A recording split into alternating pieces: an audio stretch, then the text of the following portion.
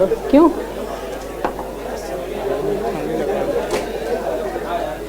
ठंड है लेकिन इतनी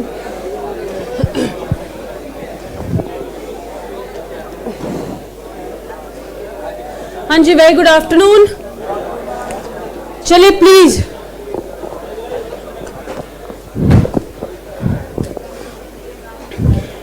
देखिए, हाँ जी, enough.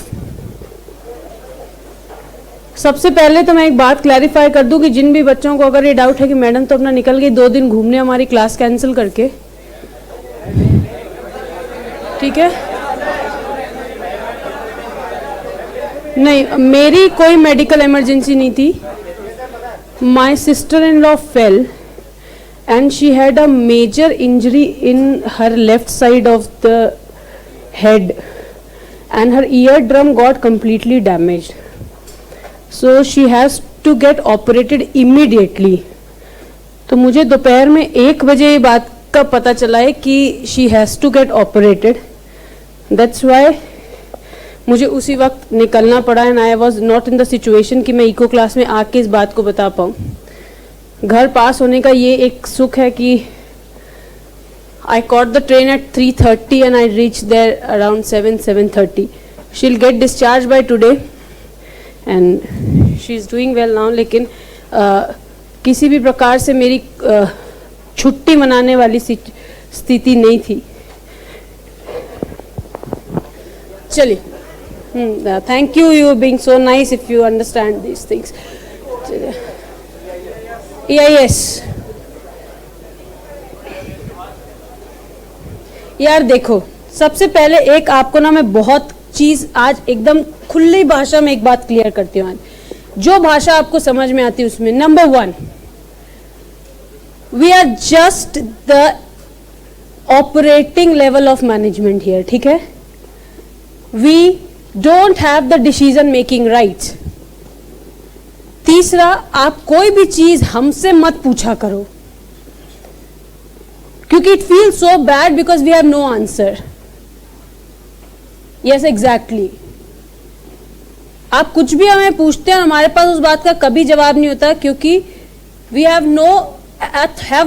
Don't have authority to decide. So it's better now you have 2 slots to question the things.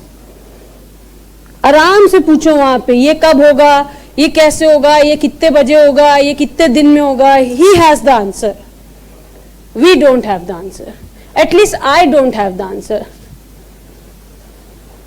And in the paper in which we are combinedly stuck, so उसमें और मुश्किल आती है। तो मैं भाई अभी मैं EIS को लेके चल रही हूं, ठीक है? परसों नर्सों की क्लास में मैंने EIS का बैकग्राउंड आपको पूरा दे दिया है कि चल क्या रहा है। चल ये रहा है कि देखो भाई, ऐसा है कि इंफॉर्मेशन क्या होती है, प्रोसेस्ड डेटा। याद आ गया आपको? डेटा होता है रॉ फैक्ट जिसको अभी प्रोसेस होना बाकी है और उसका किसी भी प्रकार से डिसीजन मेकिंग में इस्तेमाल नहीं होगा, ठीक है? फिर हमने देखा process a sequence of activities that converts input into output, और हमारे केस में data into information. And then we have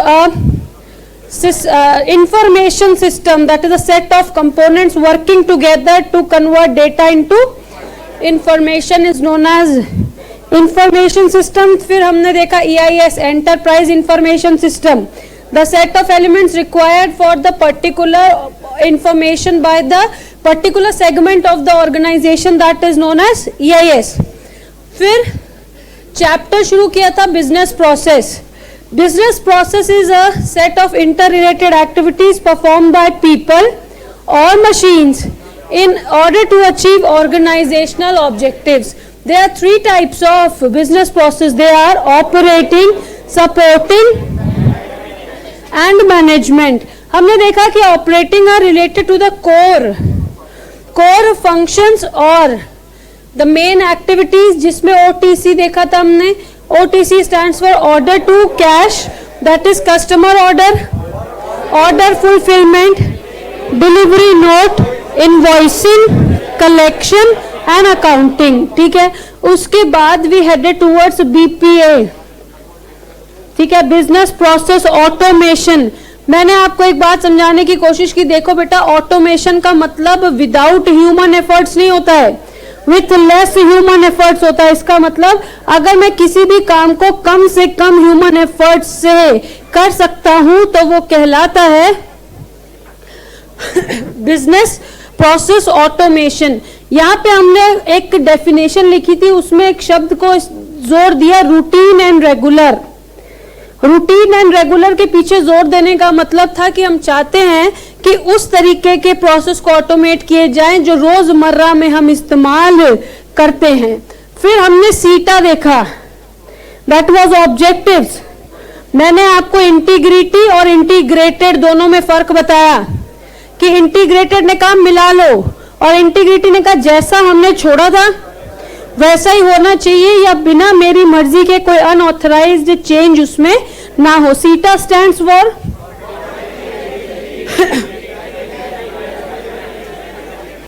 and availability. मैंने आपको दो शब्द और बताए थे, ऑथेंटिकेशन एंड ऑथराइजेशन, याद है? मैंने आपको बताया कि ऑथराइजेशन दोनों तरफ चलता है। इसका मतलब एग्जाम्पल हमने लिया था कि मैम आपका फोन छू लें, हाथ छू लो, ऑथराइजेशन। अंगूठा लगाना और उसका अप्रूव हो जाना, ऑथेंटिकेशन। और उस फोन का खुल जाना for the again use, that is known as authorisation again. चलिए, तो now let's move towards the very very very important topic. ये इंपॉर्टेंट तब तक है जब तक फ्लो चार्ट इसमें नहीं आता। तो मैं आपको बता दूं कि कल या कल देखेंगे फ्लो चार्ट्स, ठीक है। फ्लो चार्ट पहले देखने के पीछे इंटेंशन है, वैसे हम लोग चैप्टर के सबसे लास्ट में फ्लो चार्ट पढ़ाते हैं, लेकिन पहले देखने के पीछे रीजन ये है कि आप देख लो, अगर पल्ले नहीं पड़े तो हमारे पास ऑप्शन है कि हम एक बार और उसको कर सकते हैं, लेकिन अगर हम सबसे लास्ट में करेंगे तो ये ऑप्शन खत्म हो जाएगा। वरना आपके लिए यही होगा कि हाँ जो है यही फाइनल है, और अगर हम अभी एक दो दिन लगा के इसको कर लेते हैं तो हमारे पास ये ऑप्शन होगा at the last two. Steps for, ma'am हम लोग हेडिंग दे लें, अब चलो दे लो कोई बात नहीं, फॉर इम्प्लीमेंटिंग बीपीए। बस इसके बाद पेन छोड़ देना, it will take around half an hour. छोड़ दीजिए पेन। उसके बाद स्टेप्स फॉर इम्प्लीमेंटिंग बीपीए, यहां पे शब्द लिखा है स्टेप। इसका मतलब क्या, मुझे आपको ये बात को बताना जरूरी है कि सीक्वेंस है? बताऊं मैं क्यों? मैम हम ये जानते हैं कि इसमें सीक्वेंस है। तो चलिए, रेडी? पेन छोड़ दिया हम सब ने? बिल्कुल, वेरी गुड। चलिए आप देखेंगे बेटा, यहां मैंने आपको बार बार एक बात बताई है कि किसी भी चीज की साइकिल या किसी भी चीज के स्टेप्स को शुरू करने के लिए एक बात का होना सबसे जरूरी है कि करना क्या है। याद है आपको? कभी भी हमने बात की कि किसी भी चीज का स्टेप बनाओ तो हमारे मन में बार बार एक बात आई कि हमें करना क्या है, कैसे करना है, इसको करना क्यों करना है, इसको करने से मुझे क्या मिलेगा, ये कैसे होगा। ये सारी ही बातें बार बार हमारा स्टेप बनाती हैं, यहां भी यही बनाएंगी। सबसे पहला स्टेप है वाई बीपीए। भाई ऐसी जरूरत ही क्या पड़ गई कि तुमको अपने बिजनेस प्रोसेस को ऑटोमेट करने की जरूरत आन पड़ी है। तो आप बताएंगे मुझे कि बीइंग अब मुझे एक बात पता चल गई है इन मैसेजेस की ना, मैं आपको बता दूं। याद है हम 2-3 दिन पहले बात कर रहे थे कि कोई 25-30 मैसेज मेरे पास आ रहे हैं जो एप्स मेरे पास है भी नहीं।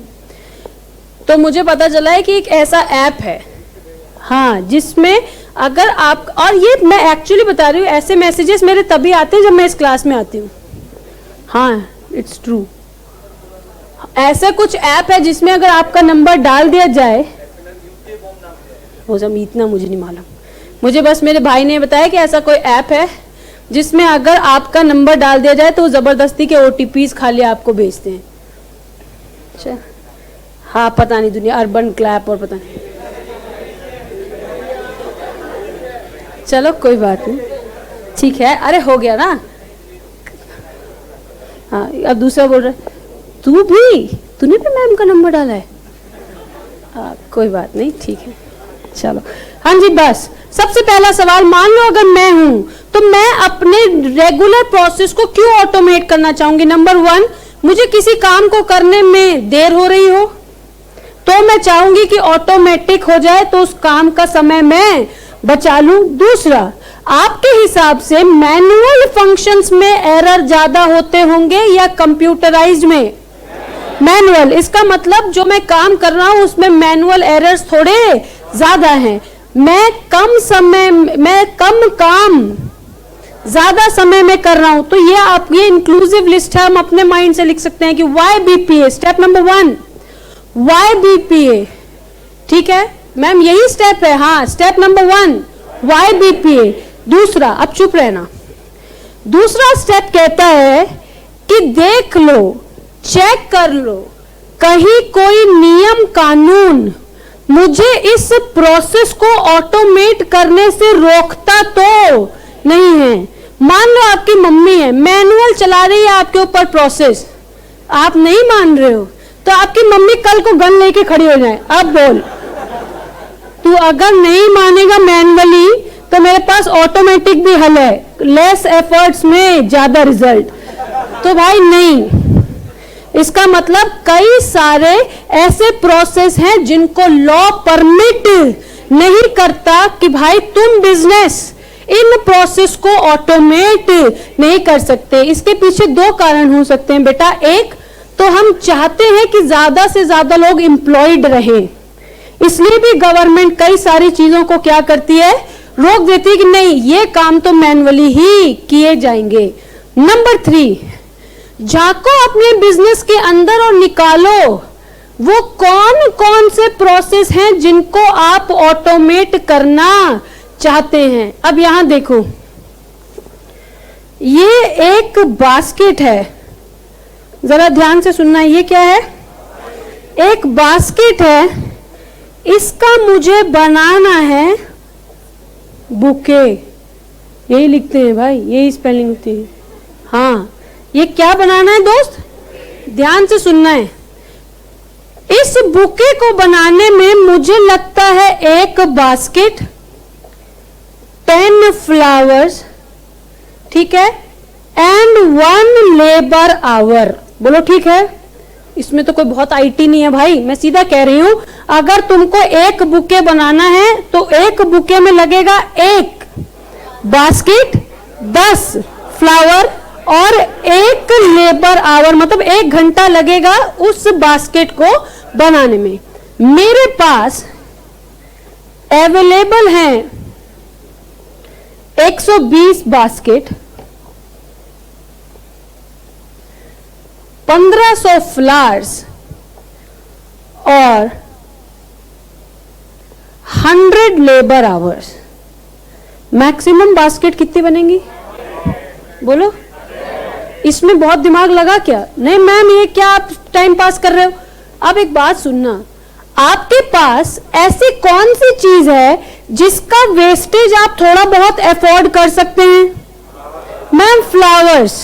क्यों फ्लावर्स? मैम क्योंकि मेरे पास मैक्सिमम मैं कितना बना पाऊंगा, 100, लेकिन मुझे उसमें भी डर है कि अगर 1 घंटा भी बर्बाद हुआ तो मेरा पूरा का पूरा एक फिनिश गुड्स बनने में रह जाएगा। बोलो ठीक बात है?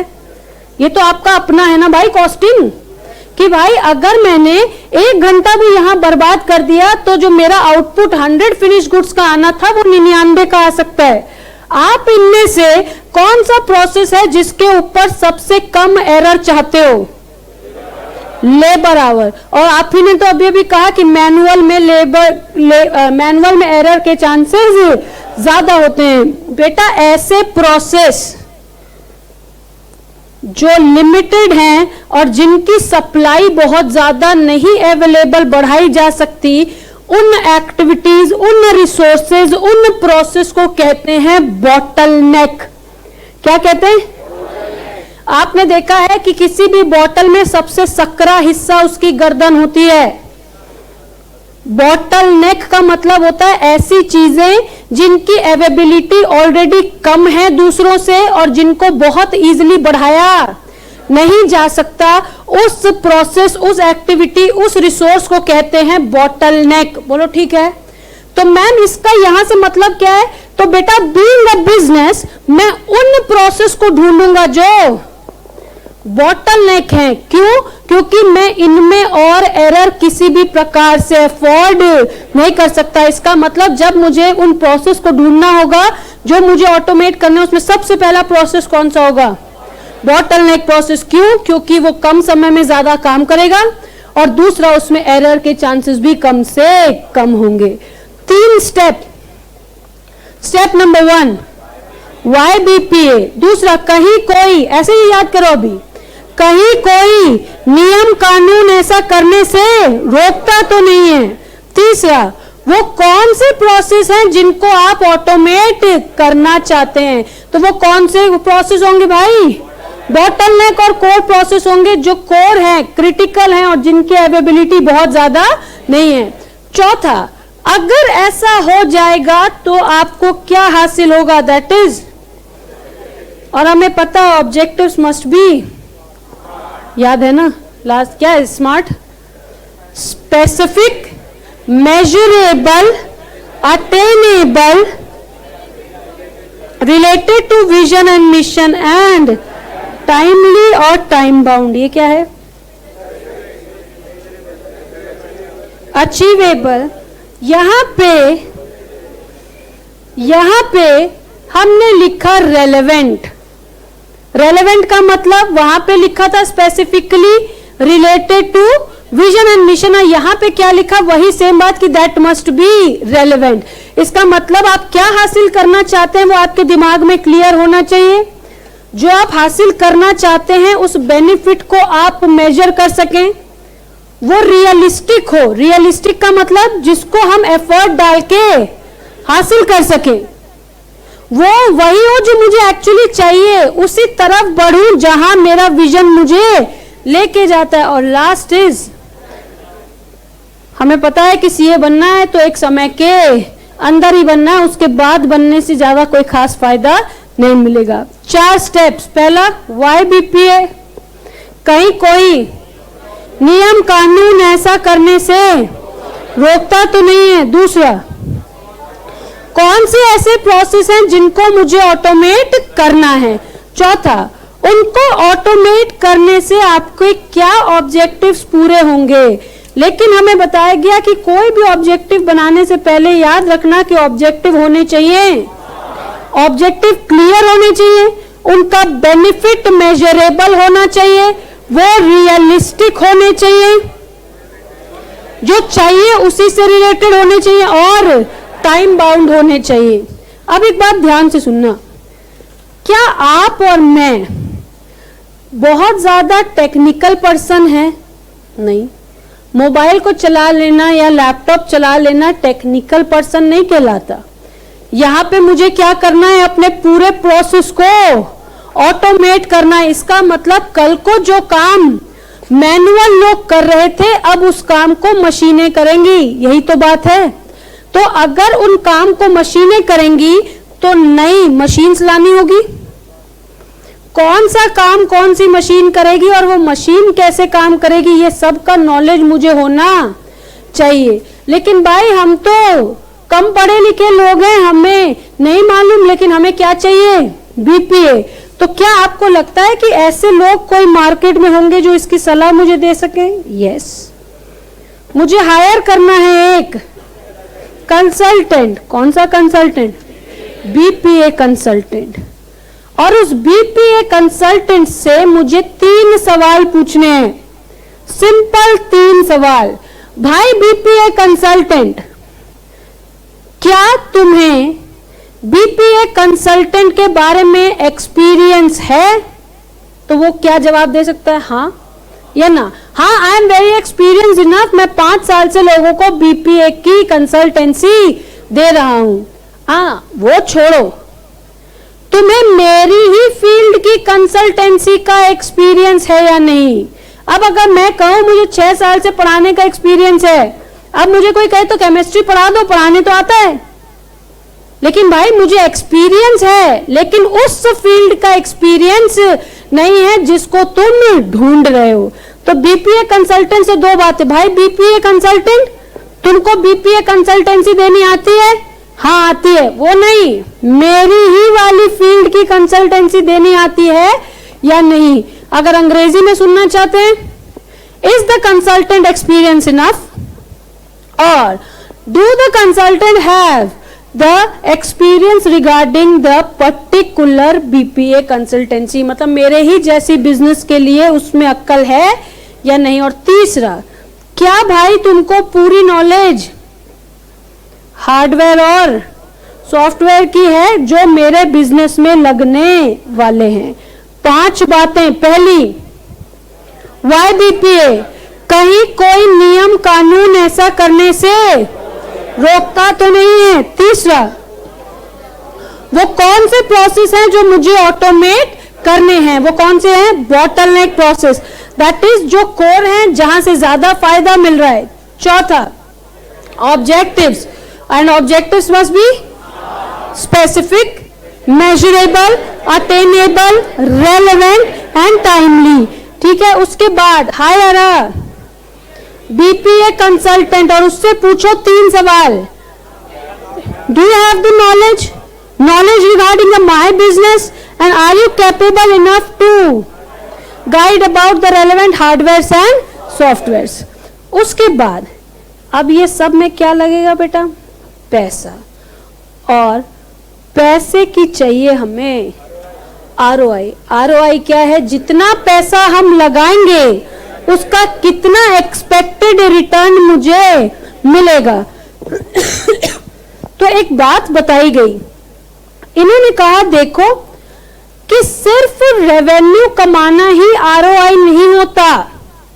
हम लोग अकाउंट्स के बंदे हैं, हमें पता है कि खर्चे का घटना अल्टीमेटली प्रॉफिट का बढ़ना होता है। इसका मतलब ये कहते हैं कि रेवेन्यू जनरेशन तो आरओआई है ही, लेकिन अगर इसके साथ साथ कॉस्ट कम हो जाए, वेस्टेज कम हो जाए, कम समय में ज्यादा काम होने लगे, हमसे एरर कम से कम होने लगे, तो भी वो आरओआई के बराबर होगा। इसका मतलब तुम्हारा पैसा तो बढ़ेगा ही, लेकिन सिर्फ पैसा बढ़ना आरओआई नहीं है। हम कहेंगे पैसे बढ़ने के साथ साथ अगर तुम्हारा कॉस्ट कम होता है, वेस्टेज कम होता है, कम समय में ज्यादा काम होता है, एरर की वजह से गलतियां कम हो जाती हैं, तो वो भी आरओआई है। 6 स्टेप जल्दी बताओ। वाई बीपीए, कहीं कोई नियम कानून ऐसा करने से रोकता तो नहीं है? वो कौन सा प्रोसेस है जो मुझे ऑटोमेट, उसको ऑटोमेट करके क्या मिलेगा? Objective must be smart, specific, measurable, attainable, relevant and time bound. Consultant लाएंगे और उससे 3 सवाल पूछेंगे। एक्सपीरियंस है, मेरे ही फील्ड का एक्सपीरियंस है, और हार्डवेयर और सॉफ्टवेयर के बारे में पता है या नहीं? आरओआई देखेंगे, और आरओआई देखने के बाद ये बात देखेंगे कि खाली रेवेन्यू का बढ़ना ही फायदा नहीं है, कॉस्ट का घटना, ज्यादा प्रोडक्शन बढ़ना, कम समय में ज्यादा काम करना, मैनुअल एरर कम होना भी आरओआई है। क्या यहां तक हम सब एक पेज पे हैं कि अब नए बीपीए की एंट्री हो जानी चाहिए? भाई सब कुछ तो हो गया, कंसल्टेंट बुला लिया, अब ये भी चेक कर लिया जितना पैसा लगाएंगे उसकी रिटर्न आएगी या नहीं। तो उन्होंने कहा कोई दिक्कत नहीं है। 7 और 8, ये 7 और 8 क्या है? Step number 7, step number 8। इन्होंने कहा प्लान बना के क्या कर लो, सबसे पहले आप ये करो, चलो क्या करो, प्लान डेवलप करो, और बनाने से पहले टेस्ट करो। और हमें पता है कि अगर टेस्ट सक्सेसफुल हो जाएगा तो automatically it will result to a new business process automation. Develop the plan, कि आप किस चीज का प्लान भाई? बीपीए का। और अच्छा आपने देखा होगा कि हर चीज, कोई भी नई चीज को बनाने से पहले उसका एक मॉडल तैयार किया जाता है, और उस मॉडल में छोटी सी टेस्टिंग करके देखते हैं कि ये काम पूरा हो भी पाएगा या नहीं। और अगर उस छोटे मॉडल में वो काम पूरा हो जाता है तब हम क्या करते हैं, उसका बड़ा कोई चीज को बनाना शुरू करते हैं। तो कह रहे हैं पहले प्लान बना लो और उसको टेस्ट कर लो, और अगर ये सक्सेसफुल हो जाए तो बीपीए को इंप्लीमेंट करो। मैम अगर ये क्वेश्चन 4 नंबर में आए तो भी 8 स्टेप्स। मैम अगर ये क्वेश्चन 2 नंबर में आए तो भी 8 स्टेप्स। नाम लिखो, एक एक लाइन लिखो, लेकिन अगर किसी बात स्टेप की है तो हम कोई भी चीज छोड़ नहीं सकते हैं। अगर इसके 15 स्टेप होते तो 15 भी लिखने होते। तो अभी तो एकदम सिंपल है, हमारे मॉड्यूल में 8 पन्ने में दिया ये। हाँ, पहला वाई बीपीए, कोई नियम कानून ऐसा करने से रोकता तो नहीं है। वो कौन से प्रोसेस हैं जिनको मुझे ऑटोमेट करना है, उसको करके क्या मिलेगा, objectives, and the objectives must be smart, specific, measurable, achievable, relevant, time bound. Hire BPA consultant, उससे पूछो 3 सवाल, experience enough, experience in my field and the knowledge about hardware and software. Calculate ROI, फिर बताओ कि revenue का बढ़ना ही केवल ROI नहीं है, कॉस्ट का घटना, वेस्ट का घटना, एरर का घटना और कम समय में ज्यादा टास्क परफॉर्म कर पाना भी ROI है। अगर यहां तक सक्सेसफुल हो जाओ तो प्लान बना लो और बने हुए प्लान को टेस्ट कर लो बिफोर इम्प्लीमेंटेशन। ठीक है, ऐसा ना हो कि आप इतना पैसा लगाएं और वो प्लान अगर सक्सेसफुल नहीं हुआ तो आपका सारा पैसा डूब जाएगा। अच्छा, what are the advantages of BPA? Time saving, cost saving, 3 तो मैम हमें याद है, in order to save time, cost and efforts. तो time saving, cost saving, effort saving, हाँ, डेवलपमेंट, क्वालिटी इंप्रूवमेंट, ठीक है, हाँ, इंक्रीज इन ROI क्योंकि maximum production will lead to the more profits. अच्छा बताओ, ये तो हो गई प्लस पॉइंट। आप लोगों को ना एक दिन भी छोड़ के जाने में ना बड़ी दिक्कत है। हाँ, दिक्कत ये है कि आप ना भूल जाते हैं मुझे और हरकत वो करने लगते हैं जिसके लिए आपको बिल्कुल काम ठीक नहीं है। चलो नुकसान बताओ। Huge investments, unemployment, that is the increase in the involvement of machine will lead to the long term process है सक्सेस। अच्छा, क्या ऑब्सोल्सेंस भी एक ड्रॉबैक हो सकता है कि भाई हम इतना पैसा लगा रहे हैं टेक्नोलॉजी में,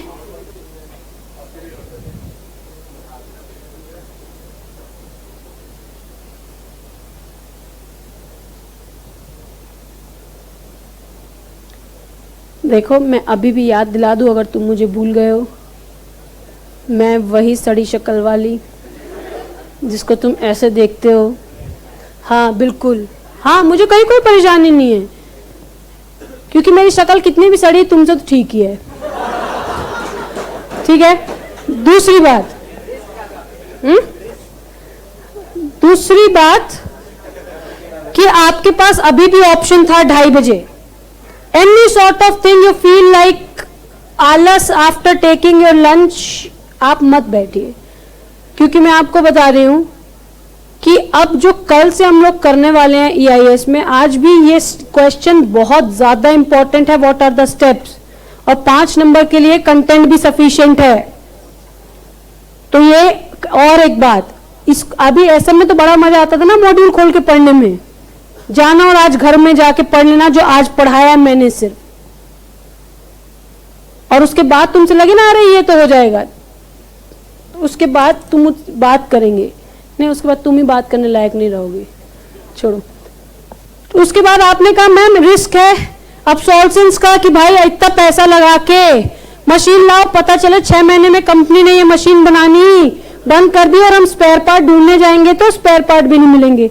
एक सेंटेंस होता है बेटा, ध्यान से सुनना, या एक शब्द, फॉल्स सेंस ऑफ इंप्रूवमेंट। क्या? False sense of improvement. False sense of improvement का मतलब होता है कई बार बिजनेस केवल टेक्नोलॉजी लगा के ही खुश हो जाता है, उस बात को भी ध्यान नहीं देता कि कहीं वो एरिया तो गलत नहीं है जिसमें मैं टेक्नोलॉजी के ऊपर खर्चा कर रहा हूं।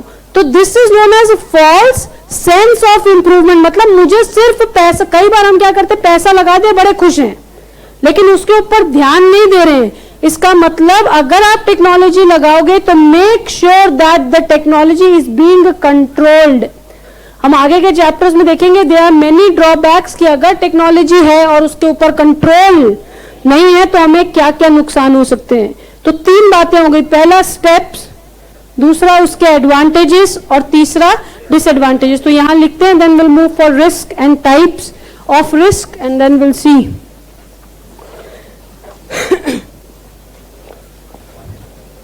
देखो 31 तारीख की डेडलाइन है, 31 जनवरी, हाँ, कोर्स पूरा होने की। और अब पहले तो ये कोर्स पूरा होने की डेडलाइन थी सिर्फ EIS-SM की, और अब इसमें 8 दिन इको के भी हैं। और मैं तो ये नहीं मानती कि ऑडिट आपका पहले खत्म हो जाएगा और मुझे वो स्लॉट मिल जाएगा, कैसे भी नहीं मिलेगा। अगर एडवांस अकाउंट उससे पहले हो गया तो, लेकिन हम यही मान रहे हैं कि हमें इसी स्लॉट में, हाँ, तो लेकिन वो FM पढ़ेंगे जरूर, लेकिन उनका मतलब हम दोनों में पढ़ेंगे। हाँ, तो वो उसमें भी क्या बोलते, 20 जनवरी तो लगेगा एडवांस अकाउंट अभी 20-25। देखो मैं सेंसिटिव मुद्दों पे नहीं बोलती, मैं सेंसिटिव मुद्दों पे नहीं बोलती भाई।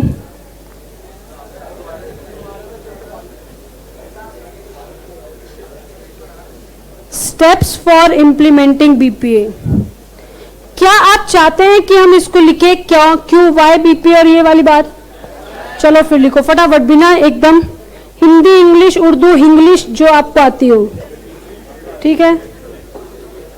पहला वाई BPA,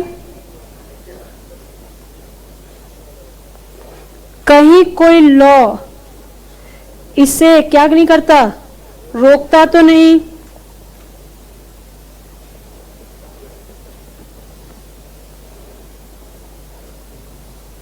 कौन से प्रोसेस ऑटोमेट करने हैं, कौन से करने हैं भाई, क्या बोलते हैं उन प्रोसेस को? बॉटलनेक। बॉटलनेक का मतलब समझ गए कि वो जो इजीली अवेलेबल नहीं है और लिमिटेड है। उसके बाद क्या मिलेगा, क्या मिलेगा? ऑब्जेक्टिव्स। और ऑब्जेक्टिव्स हमें पता है must be smart.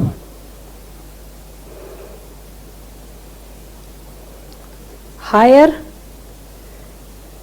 BPA consultant. इससे पूछो 3 सवाल।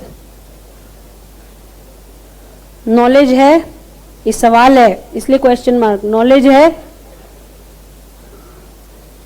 हमारा बिजनेस वाला नॉलेज है, हमारा बिजनेस वाला नॉलेज है, और हार्डवेयर एंड सॉफ्टवेयर के बारे में नॉलेज है या नहीं। उसके बाद ROI कैलकुलेट करके प्लान डेवलप करना है, फिर टेस्ट करना है।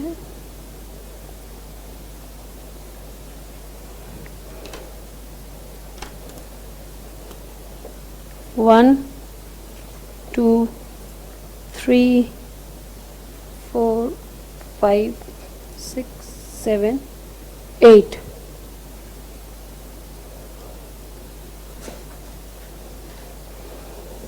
Number 1. Step 1 is, 1 मिनट, वो लिखो ना, मैंने कब रोका है? साथ साथ लिखोगे। ऐसे तो पीछे तक जाने में बड़ी लेट लगती है भाई।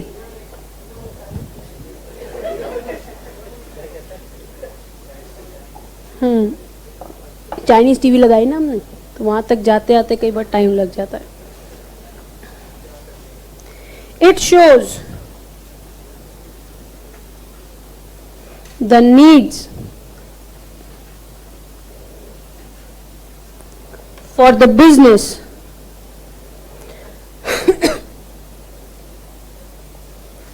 approaching for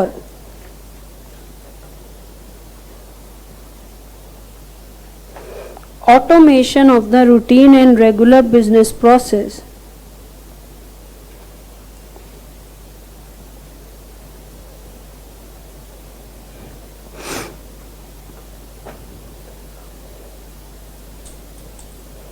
Some of the reasons might be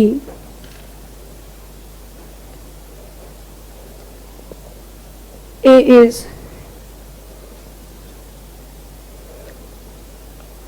increased cost, उसके बाद human errors,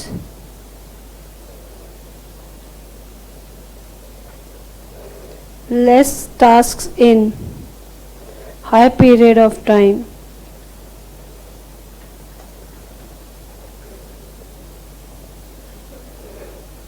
no proper documentation and recording,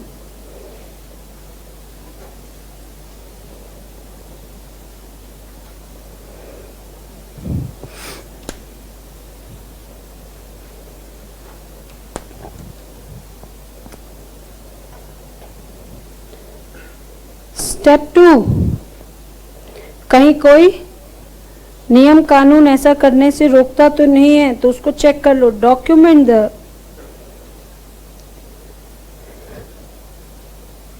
laws and regulations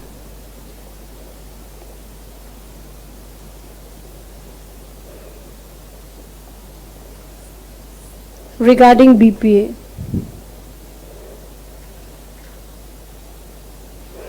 Before initiating any step forward,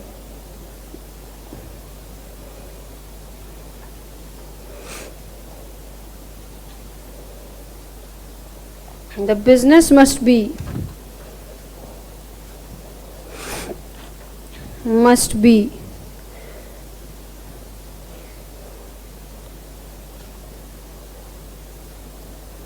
assured about the regulation and orders by the government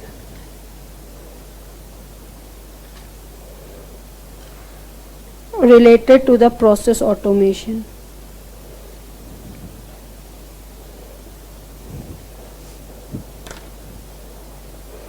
Step 3,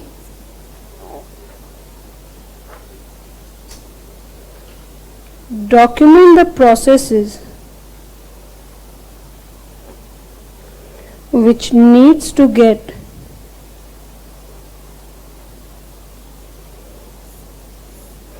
automated. Core and bottleneck process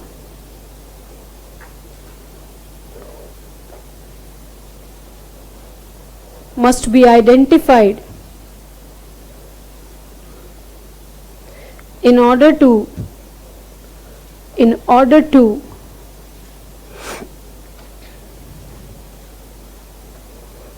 automate them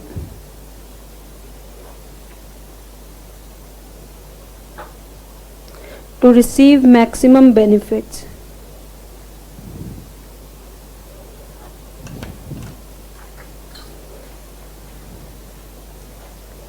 Step 4,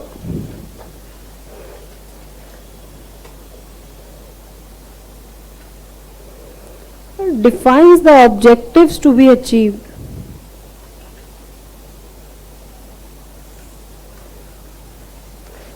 define the objectives to be achieved. ऊपर का रह गया।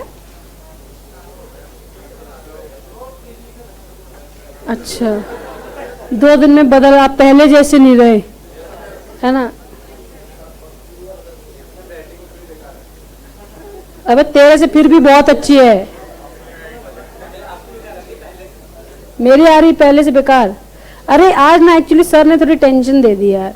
Tension ये दे दी कि कैसे भी, पैसे की मेरे को बहुत टेंशन नहीं भाई, पैसे की टेंशन नहीं मुझे। टेंशन ये है कि उन्होंने कहा कि कैसे भी ना बैच आगे नहीं खसका सकते हैं। मतलब कैसे भी आप ये देख लीजिए कि पहले आपके पास सिर्फ EIS था, अब इको आपको इसमें मिला के देखना है, and that too without extension. और EIS में लिखने की इतनी सारी बातें हैं कि अगर मैंने नहीं लिखाई तो मन में रह जाएगी।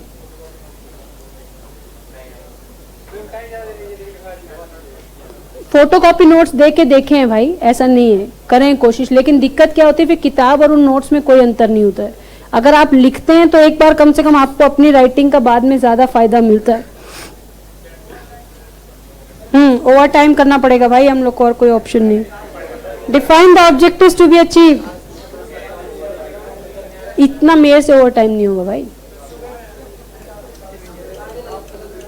चलो मैं सुंदर राइटिंग में लिखने की कोशिश करूंगी। The objectives shall be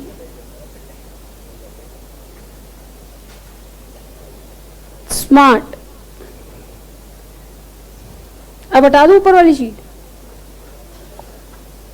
the objectives shall be smart. S stands for specific,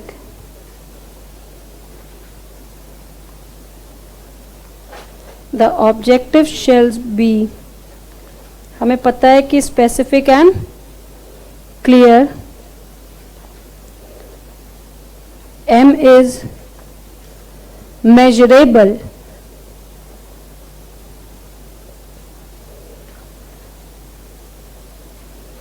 The objective shall be quantitative and measurable.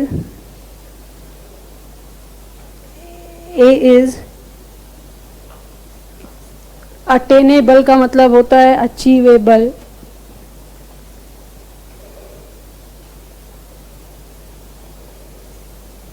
The objective shall be, मैं यहाँ लिख देती हूँ achievable, जिससे अगर हमें ये attainable किसी भी प्रकार से परेशान करे तो यहाँ समझ आ जाए। उसके बाद R is relevant.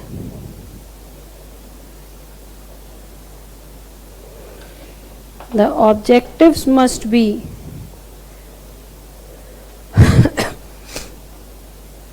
for the areas in need,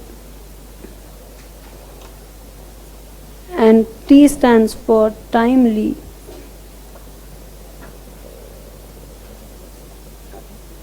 The objectives must be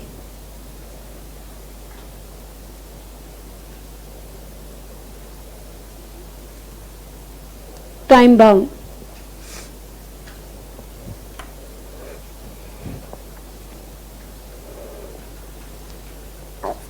Step 5.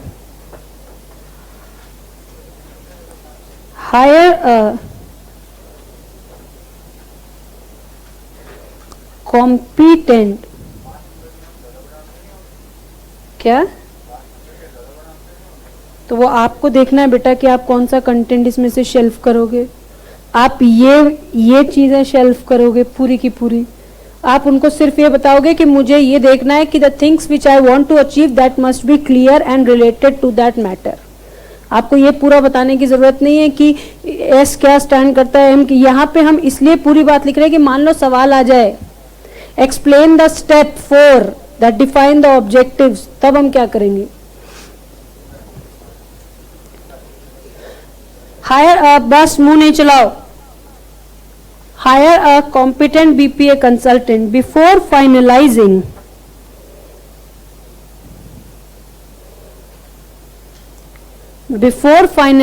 the consultant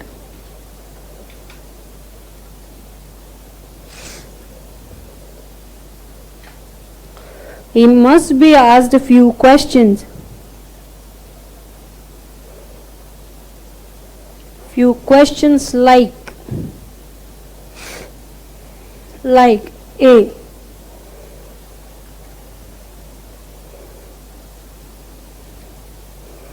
Is the consultant experienced enough? लेकिन हमें पता है कि आपको सिर्फ पढ़ाने आने से नहीं होता है, आपको वही सब्जेक्ट में एक्सपीरियंस होना चाहिए. क्या तुमको एक्सपीरियंस है? हाँ भाई है, 3 साल का एक्सपीरियंस है, लेकिन नहीं. Is the consultant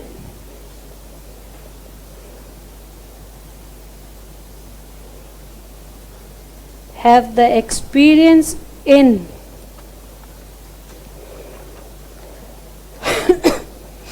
in the particular business जिसके बारे में हम ढूंढ रहे हैं. And C,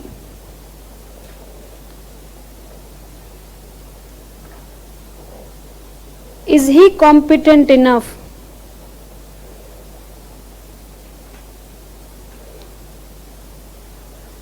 to advise related to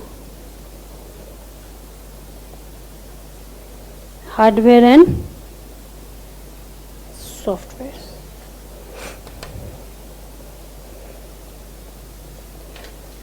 Step 6, calculate ROI of the project.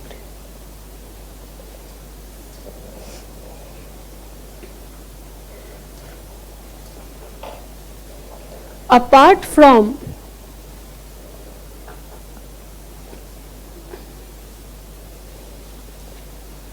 revenue generation,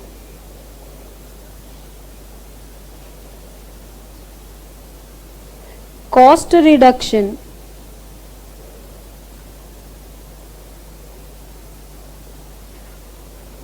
minimization of wastage,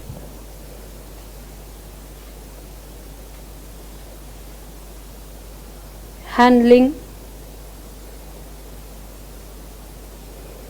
more volume of tasks in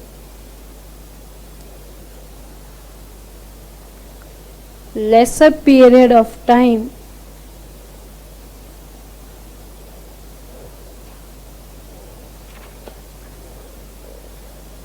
less manual errors,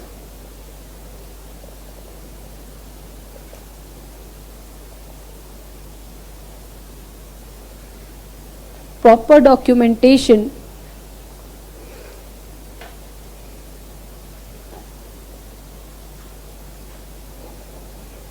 also leads to ROI.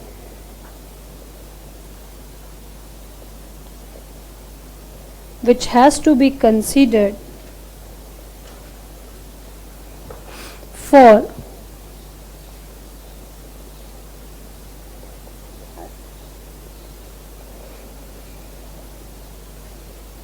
evaluating the feasibility of the project.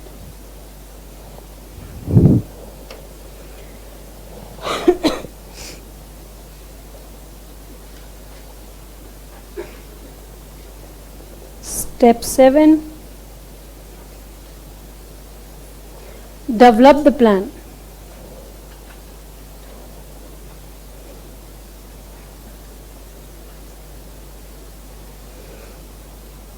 After checking the feasibilities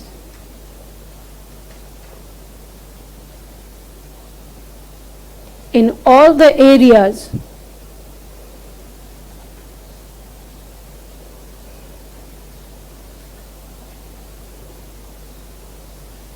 the plan of the automation shall be,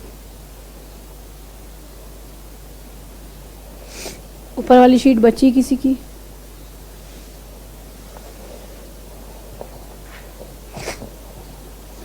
Shall be designed and developed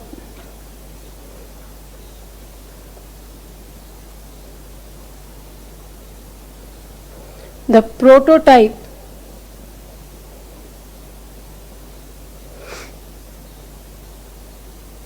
of the processes to be operated. Prototype का मतलब होता है model बनाना, किसी भी चीज़ का एक model form में उस चीज़ को करने को कहते हैं prototype banana.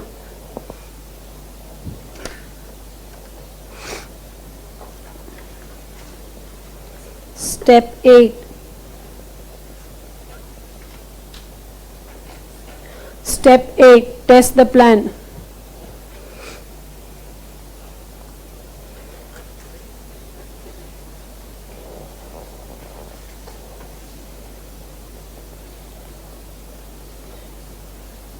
Before implementing the developed plan,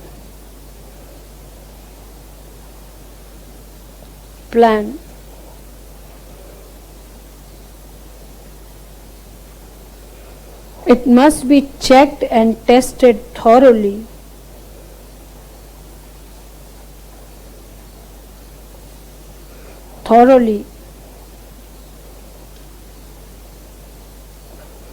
To avoid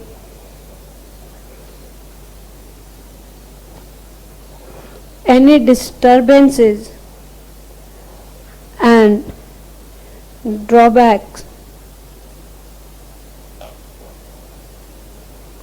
in the proposed system, that is process automation.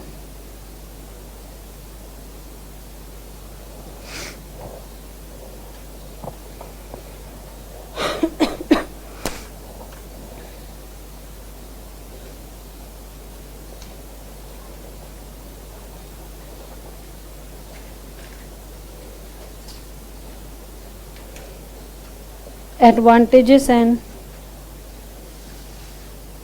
disadvantages of BPA.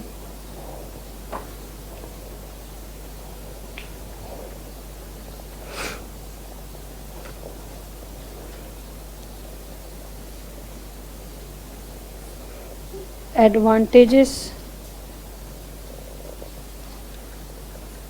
disadvantages. Advantage number 1,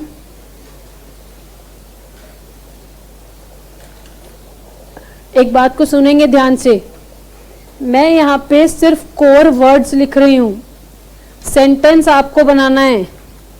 जैसे मैं यहाँ पे लिख रही हूँ टाइम सेविंग का मतलब more task in laser period of time, तो आपको यहाँ पे अगर इसी यही क्वेश्चन आ जाए तो आप थोड़ा सा उसको सेंटेंस में लिखेंगे. समझ में आ रही बात? कोर वर्ड्स मैं यहाँ लिख देती हूँ.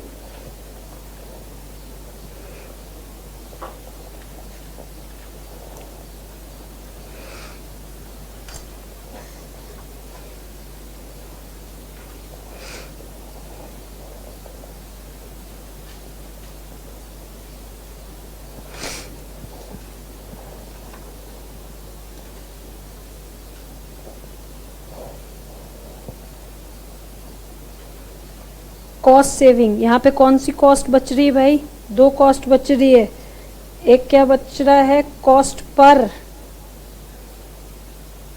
यूनिट और लेबर कॉस्ट, क्योंकि आपके पास नंबर ऑफ लेबर्स क्या हो गए हैं? कम हो गए हैं. तीसरा, हरे कलर के पेन से जो ऊपर लिखा है किसी का लिखना बचा है?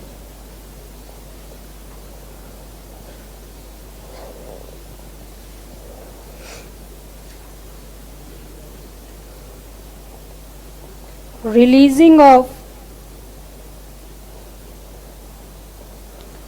productive time of managers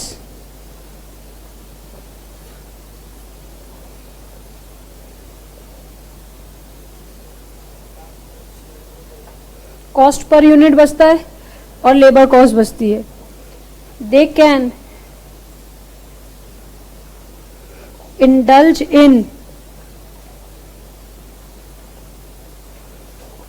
different areas at a time. Example आप लिख सकते हैं सीसीटीवी रिकॉर्डिंग, 5-6 कैमरा लगा दिया है हर अलग अलग जगह और एक रूम में बैठ के उसको देख रहे हैं, तो वो मैनेजर जो पहले सारे एक ही जगह पे राउंड लगा सकता था, अब कई जगह को एक साथ देख सकता है।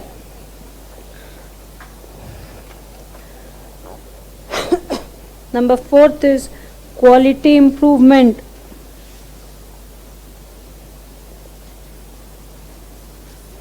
ऊपर वाली शीट बची किसी की? चलिए लिखिए आराम से, कहीं कोई लिखिए। क्वालिटी इंप्रूवमेंट में हम लिखेंगे of products and services delivered.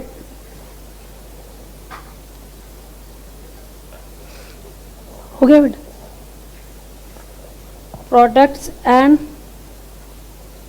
Services delivered. Disadvantage number 1,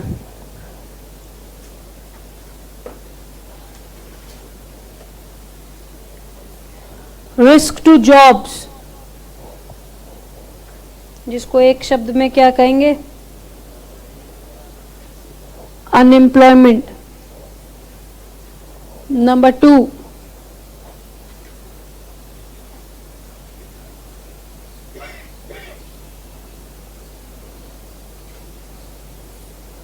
heavy initial investment. इसका मतलब काम को शुरू करने के लिए एक बार बहुत ज्यादा पैसे लगेंगे।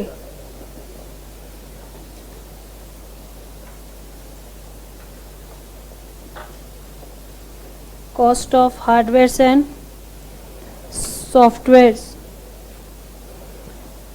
नंबर 3, रिस्क ऑफ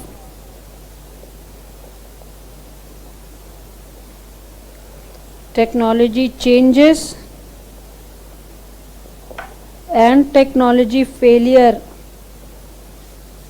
अगर सब कुछ टेक्नोलॉजी पे डिपेंड हो गए और अगर टेक्नोलॉजी ने 1 मिनट के लिए भी काम नहीं किया, जैसे हमारे केस में होता है, we are totally dependent upon the mic. अगर माइक काम नहीं करेगा तो हमारा काम पूरा नहीं हो सकता है। कह रहे अगर टेक्नोलॉजी फेल हो गई तो आपका काम नहीं चलेगा। obsolescence and over dependency on IT।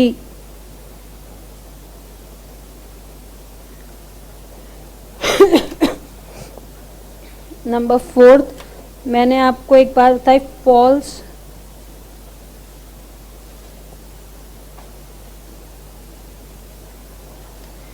false sense of improvement। if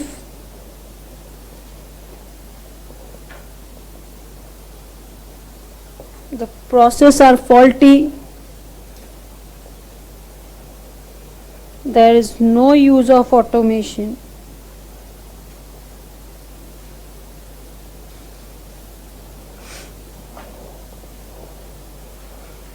if the process are faulty, there are no use of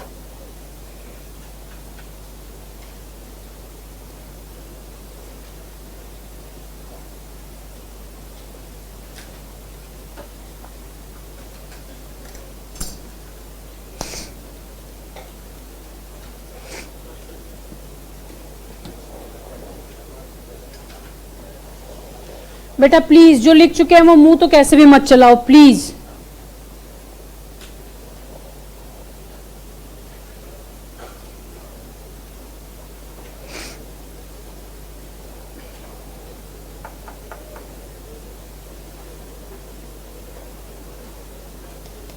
चलो जिनका हो गया वो हेडिंग दो टाइप्स ऑफ रिस्क, या आप हेडिंग देंगे risk of BPA. Risks of BPA, risks of BPA.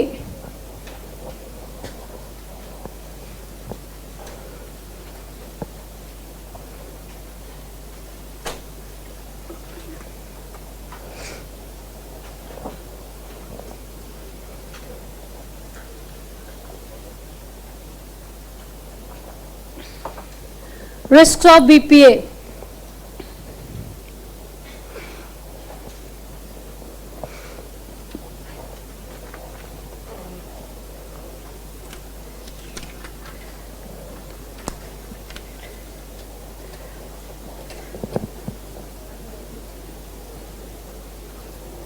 Done. कोई लिख रहा है?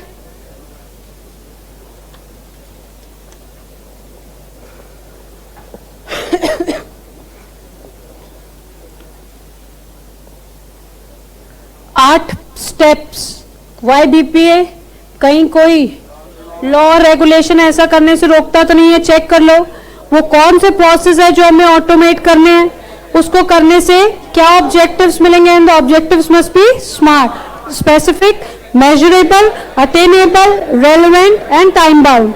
उसके बाद कंसल्टेंट फाइनल करने से पहले 3 बात, एक्सपीरियंस है, मेरा ही वाला एक्सपीरियंस है, और हार्डवेयर और सॉफ्टवेयर के बारे में नॉलेज है या नहीं। ROI, उन्हें कहा पैसा बढ़ना तो चाहिए लेकिन अगर उसके अलावा ये सारी चीजें भी हो रही हैं तो भी वो ROI है। अगर सब कुछ जम जाता है तो प्लान बनाओ और इंप्लीमेंटेशन से पहले टेस्ट करो। हाँ जी, डन। कोई लिख रहा है?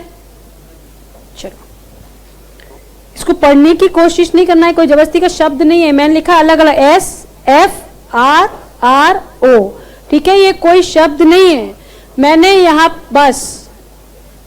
पे 5 लेटर्स लिखे हैं SFRRO। मैम ये क्या है? ये है द टाइप्स ऑफ रिस्क, कि किसी भी ऑर्गेनाइजेशन में किस तरीके के कितने प्रकार के रिस्क हो सकते हैं। तो किसी भी ऑर्गेनाइजेशन में 5 प्रकार के रिस्क हो सकते हैं। पहला S, दूसरा FRRO। अब बात करते हैं ये पांचों है क्या। उससे पहले बात करते हैं what do you mean by risk. ये रिस्क शब्द क्या है? हमारे मन में रिस्क ना हमेशा एक नेगेटिव वर्ड बन के बैठा है, जो हमें कहता है कि रिस्क एक ऐसा फैक्टर है या एक ऐसा रिजल्ट है जो मेरे काम को होने में किसी भी प्रकार की नेगेटिव इंपैक्ट डालेगा, वो मेरे हिसाब से रिस्क है। तो सही बात है।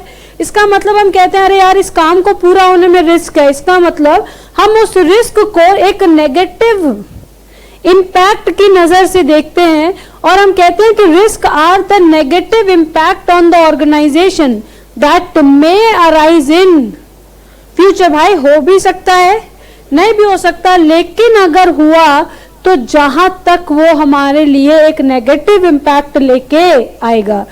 लेकिन कुछ बड़े मैनेजमेंट स्कूल्स के डेफिनेशन में लिखा है रिस्क इज एन अनसर्टेनिटी विच में आइदर बी पॉजिटिव और नेगेटिव। इसका मतलब रिस्क केवल नेगेटिव नहीं है, लेकिन ज्यादातर रिस्क का इस्तेमाल हम लोग नेगेटिव टर्म में करते हैं। ठीक है, तो सबसे पहला रिस्क है कौन सा रिस्क? Strategic risk. वो फैक्टर्स जो मेरे गोल्स और ऑब्जेक्टिव्स को पूरा होने में किसी प्रकार की रुकावट डालते हैं, वो रिस्क कहलाते हैं स्ट्रैटेजिक रिस्क। क्या क्या हो सकते हैं? Faulty planning, long term sustainability ना होना, आपने सोचा था कुछ हो जाए, चेंज इन द एनवायरनमेंट, बिल्कुल आपने प्रोएक्टिव कुछ सोचा था लेकिन रिएक्टिव के लिए आप तैयार नहीं थे। F इज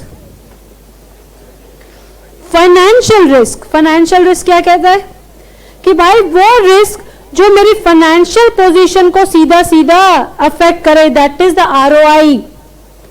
अगर मेरी ROI सही नहीं है तो वो कौन सा रिस्क है? Financial risk. अब ध्यान से सुनना है, ये रिस्क है reputational risk, goodwill. Yes, the risk which can harm the goodwill of the or reputation of the organization, that is known as reputational risk। जैसे फॉर एग्जाम्पल मैगी, ध्यान से सुनना है बात को, लिंक कर सकते हैं हम लोग। मैगी को ये बोल के मार्केट से बाहर किया गया कि अब इसमें जो लेड ज्यादा है और ये ह्यूमन कंजम्पशन के लिए ठीक नहीं है, इसलिए पूरी की पूरी मैगी को डिस्ट्रॉय कर दिया गया। लेकिन जब मैगी वापस आया तो कुछ समय तक मैगी के एडवर्टीजमेंट चलते थे, पहले जैसा विश्वास। इसका मतलब भाई तुमने कोशिश की थी क्या चीज की? गुडविल डाउन करने की, लेकिन हमने वो चीज को कहा कि देखो हम जो रेप्यूटेशन हमारी पहले थी हमारी कोशिश है कि हम उसको वापस लेके आए। एक और आर, रेगुलेशन रिस्क। इसका मतलब वो रिस्क जो आपको आपसे रिलेटेड लॉ और रेगुलेशन पूरी करने से रोकता है।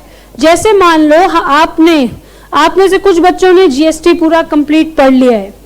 आपने देखा है कि हर बिजनेस के लिए कुछ अलग अलग रिक्वायरमेंट्स है जीएसटी की, लेकिन मान लो मेरे पास वैसे बंदे ही नहीं हैं जो जीएसटी की रेगुलेशन को समझ सकें और जीएसटी की रेगुलेशन को समझने के बाद उसकी रिटर्न या डॉक्यूमेंट उस तरीके से फाइल कर सकें। That is regulation risk. And last is, कौन सा risk? Operational risk. Operational risk क्या कहता है? जो मेरे बिजनेस को चलाने में ही दिक्कत क्रिएट करने लगे। That is labour turnover. एक सॉर्ट ऑफ एग्जांपल हो सकता है। आप लेबर टर्नओवर का मतलब जानते हैं? जो फाउंडेशन वाले बच्चे हैं वो जानते हैं? अच्छा, एक बार मैं बता देती हूं बेटा, सुन लो। आप जानते हैं, बहुत अच्छी बात है। नहीं जानते, मेरा फर्ज है, प्लीज। लेबर टर्नओवर का मतलब होता है बेटा, कभी कभी किसी ऑर्गेनाइजेशन की जब दिन दशा ठीक नहीं चल रही होती है तो वहां पे कोई भी ना एम्प्लॉय टिकने को तैयार नहीं होता है। होता यह है कि कई सारे एम्प्लॉयज आते हैं, लेकिन वो बहुत शॉर्ट टर्म के अंदर वो एम्प्लॉयज छोड़ के चले जाते हैं। ऐसा नहीं है कि उसके बाद नए नहीं आते, आते हैं, नए आते हैं फिर जाते हैं, आते हैं और फिर जाते हैं। उसे कहते हैं लेबर टर्नओवर। अगर मेरे पास लोग टिकेंगे नहीं तो काम सिखाऊंगा कैसे, और काम सिखाऊंगा नहीं तो होगा कैसे? तो 5 टाइप्स ऑफ रिस्क, SFRRO, ये कहते हैं ऐसी कोई सिचुएशन जो मुझे नेगेटिवली इंपैक्ट कर सकती। कहां कहां? Strategic, financial, reputational, regulation and operational. कौन कौन सा? Strategic, financial, reputational, regulation, operation. हमें हमेशा बार बार याद रखना, जो नाम है वही काम है। स्ट्रैटेजी का मेन काम है to attain the goals and objectives, वो नहीं हो पाएगा। फाइनेंशियल स्टेबिलिटी को नुकसान, फाइनेंशियल। गुडविल को नुकसान, रेप्यूटेशनल। लॉज एंड रेगुलेशन के साथ खिलवाड़, रेगुलेशन। और ऑपरेशन ऑफ द बिजनेस को नुकसान, ऑपरेशनल।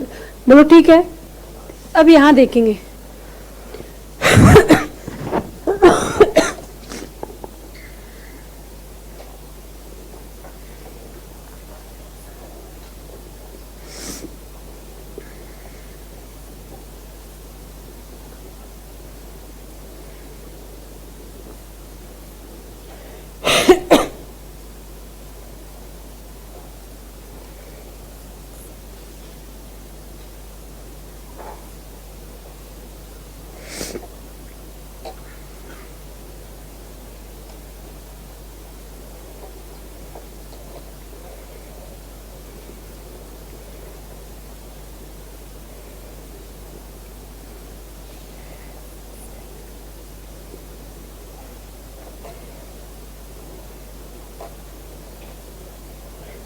हाँ जी,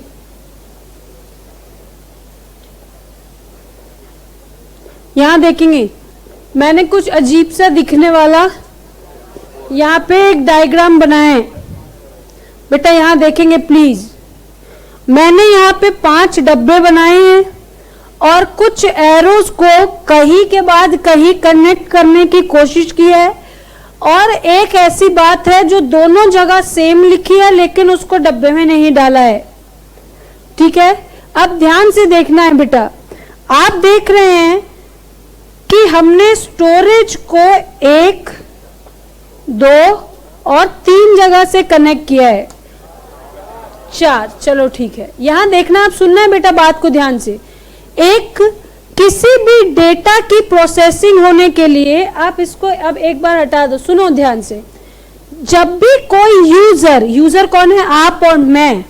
जब अपनी नीड्स को पूरा करने के लिए किसी सिस्टम को इनपुट देता है, वो डेटा होता होगा। क्योंकि वही तो वो फैक्ट है जिसको आगे प्रोसेस करना है। बिल्कुल ठीक बात है। उस डेटा की सबसे पहली स्टोरेज होती है प्राइमरी मेमोरी, जिसको रैम कहते हैं। बोलो ठीक है। इसका मतलब अब मुझे समझ आ रहा है। अच्छा है, इनपुट होगा स्टोर कहां? रैम में। बोलो, सबसे पहले जब डेटा सिस्टम के अंदर आएगा वो इनपुट, और सिस्टम उसे टेम्पररीली उतनी देर के लिए स्टोर करेगा जितनी देर उसका एग्जीक्यूशन हो रहा है। कहां? रैम में। तो क्या ये एरो आपको समझ आ गया? इनपुट के बाद अभी के लिए मेरे लिए स्टोरेज क्या है? रैम। फिर हमने कहा कि वो रैम से डेटा जाएगा आगे प्रोसेस होने के लिए with the processor, that is CPU. बोलो ठीक है। रैम से गया डेटा प्रोसेस होने, और ये प्रोसेसर कौन है? और यहां हम लिख सकते हैं प्रोसेसिंग इज डन बाय। जब ये प्रोसेसिंग कंप्लीट हो जाएगी किसकी? डेटा की, तो वो प्रोसेस्ड डेटा बन जाएगा मेरा आउटपुट या फिर इंफॉर्मेशन। बोलो ठीक है। प्रोसेस के बाद आउटपुट। लेकिन आप देख रहे हैं कि इस आउटपुट के बाद भी एक स्टोरेज है बेटा, secondary devices, pen drive, hard disk, आपके सिस्टम के अंदर की हार्ड डिस्क।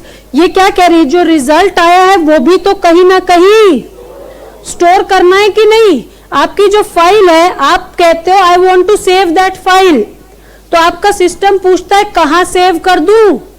तो आप उसको बोलते हो भाई या तो डी ड्राइव में सेव कर दे, ई ड्राइव में सेव कर दे, या जो हार्ड डिस्क मैंने तेरे से कनेक्ट किया है उसमें जाके सेव कर दे। बोलो ठीक बात है। इसका मतलब जब पहली बार डेटा आया था तब स्टोरेज का मतलब था रैम, जब बाद में डेटा आया तब इसका मतलब है द अल्टीमेट रिजल्ट और information that has to be stored. ROM नहीं बेटा, रोम अलग चीज है। रोम क्या होता है? हाँ, रीड ओनली मेमोरी होता है, जो सिस्टम के अंदर इंस्ट्रक्शंस होते हैं। अभी के लिए 1 मिनट के लिए बता देती हूँ, जब लैपटॉप या आप अपना टीवी सेट खोलते हो तो उसमें एक बात आ रही होती है, बूटिंग द सिस्टम। देखा है आपने? वो होता है रोम, वो होता है रोम। और वो होता क्या, हम लोग जब आएगा तब बात करेंगे। या अभी के लिए, बचपन में जब आप मॉनिटर खोलते थे कहता था प्रेस F1 टू कंटिन्यू, और आंख बंद करके F1 दबाया और 2 मिनट के लिए हाथ अंदर, कि वो 15-20 पेज के कुछ कमांड्स रन होते थे जिसको आप मैं छेड़ नहीं सकते, वो होता है रोम। हाँ चलो अब इधर देखेंगे बेटा। अरे देख लो यार, ये याद हो जाएगा 1 मिनट में। अब स्टोरेज ये क्या है?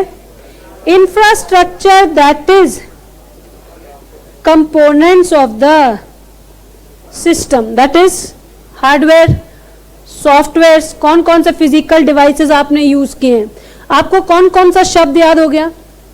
इनपुट, स्टोरेज, प्रोसेस, आउटपुट, फिर स्टोरेज और इंफ्रास्ट्रक्चर। लेकिन यहां पे एक बात भी थी, फाइल ट्रांसमिशन। बेटा ध्यान से सुनना, फाइल कितनी बार ट्रांसमिट हो रही है? एक बार। तो जब रैम तक हो रही है, फिर रैम से प्रोसेसर को हो रही है, और फिर प्रोसेसर से एक बार दूसरे फॉर्म में आउटपुट में हो रही है। इसका मतलब फाइल ट्रांसमिशन भी एक इंपॉर्टेंट एरिया है जो 3 बार हो रहा है। इनपुट से स्टोरेज, स्टोरेज से प्रोसेस, और प्रोसेस से आउटपुट।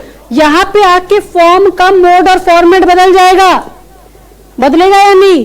पहले वो बल्कि डेटा था, अब शॉर्ट इंफॉर्मेशन है। कौन कौन से शब्द याद आ गए आपको? Input, storage, process, output, infrastructure और file transmission.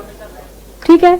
These are the 6 areas where there can be the risk associated with BPA. वहां क्या था? 5 टाइप। अब यहां पूछ रहे हैं 5 या 6 ऐसे एरियाज जहां बीपीए को रिस्क फेस करना पड़ सकता है। तो ध्यान से सुनना बेटा, ये मैं आपको एक्चुअल बता रही हूं।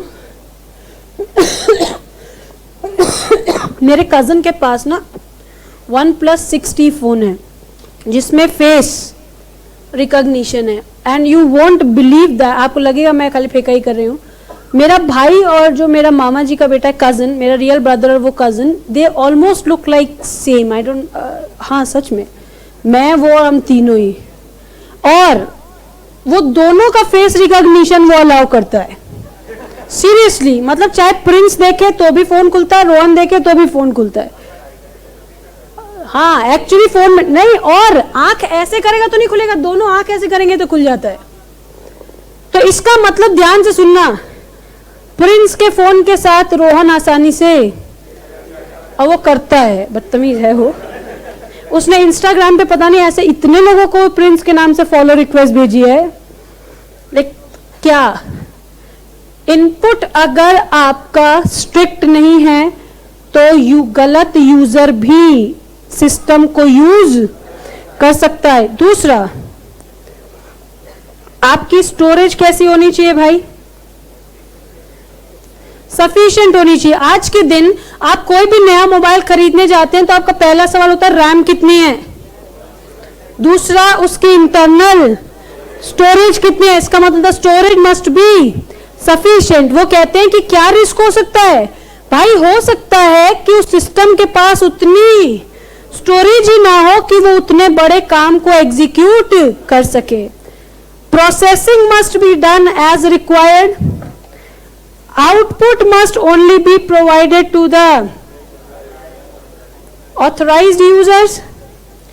Infrastructure must be related to the needs of the system. वो कहते हैं कहीं ऐसा ना हो, अब जैसे कई सारे ऐसे अब एप्स आने लगे हैं जो एंड्रॉइड के एक वर्जन के नीचे चलते नहीं हैं। इसका मतलब आपने हार्डवेयर तो ले लिया लेकिन आज के जमाने का नहीं है, काम करनी है।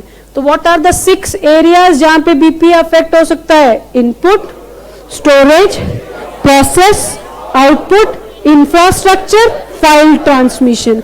और कल को अगर आपसे पूछेंगे कि ये आया हुआ है सवाल कि what is the processing cycle, processing cycle क्या है? इनपुट, स्टोरेज, प्रोसेसिंग, आउटपुट, इस इंफ्रास्ट्रक्चर। जैसा ये बनाया है सेम। आप चाहो तो स्टोरेज को बीच में रखो, 1 2 3 तीनों जगह से लिंकेज है इसकी, लेकिन अगर एक्चुअल देखा जाए तो आउटपुट पे जाके प्रोसेसिंग खत्म हो जाती है। तो हम क्या बोल सकते हैं? Input, storage, process, output. उसके बाद आउटपुट के बाद हम क्या करते हैं वो नहीं, लेकिन process is the sequence of activities that convert input into output. तो आउटपुट पे आके प्रोसेसिंग साइकिल खत्म हो जाती है। कितना साइकिल ये आया हुआ है पिछले एग्जाम में? 4 नंबर में। हाँ अब नहीं आएगा, ऐसा नहीं है, ये किसी और रूप में पूछेंगे। सोच लो यही वाला सवाल पूछ दें, और अगर हमको साइकिल याद है तो कम से कम 4-5 एरियाज हमारे माइंड में। कौन कौन से? Process, output, infrastructure, file transmission. ठीक है, तो हेडिंग आपने दी है क्या? Risk of BPA. तो उसके नीचे हेडिंग देंगे types of risks.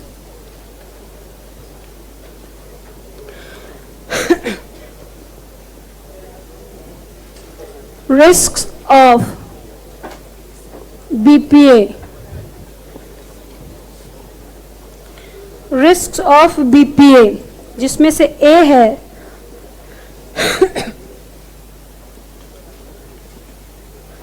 Types of risk क्या है? S F R R O. जल्दी से स्पेल कर दो इसको। Strategic, financial, reputational, regulation and operational. And first is a is strategic. आराम आराम से सुंदर राइटिंग में। Strategic, those risks which could prevent which could prevent the organization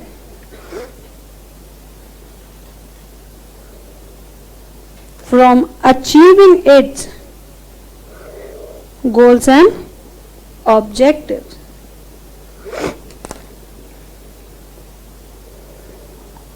B is financial risks.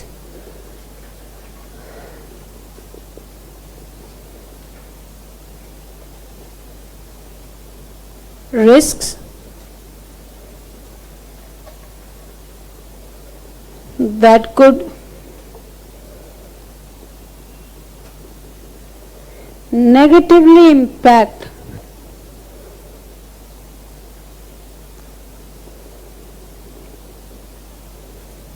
the financial position of the organization.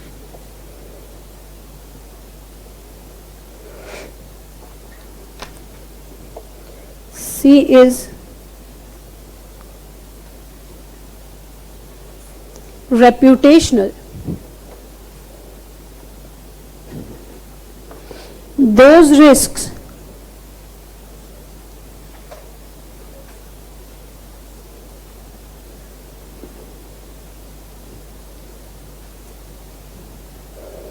which can harm the goodwill or can expose the image of the organization negatively.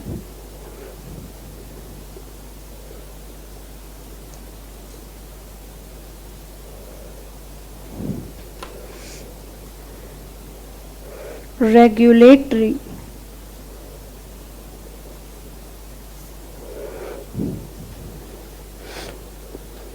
The risks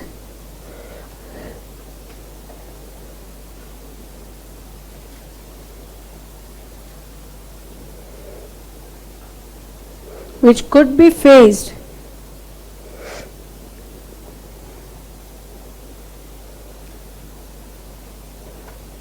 by the organization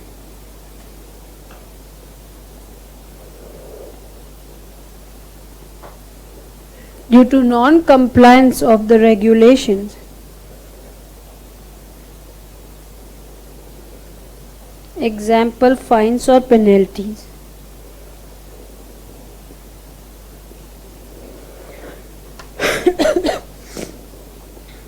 And E is operational. The risk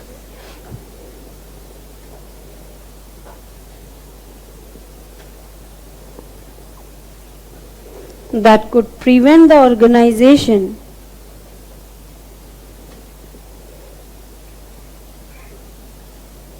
from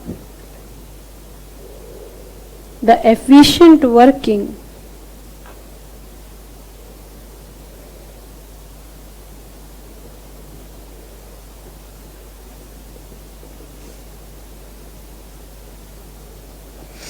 of the organization.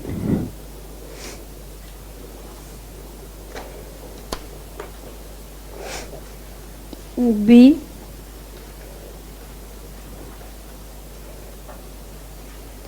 areas of risk associated with BPA. क्या हम वो बना रहे हैं photo जो बनाए थे? चलिए, तो फोटो बनाने के लिए तो दूसरा पेज ले लेते हैं.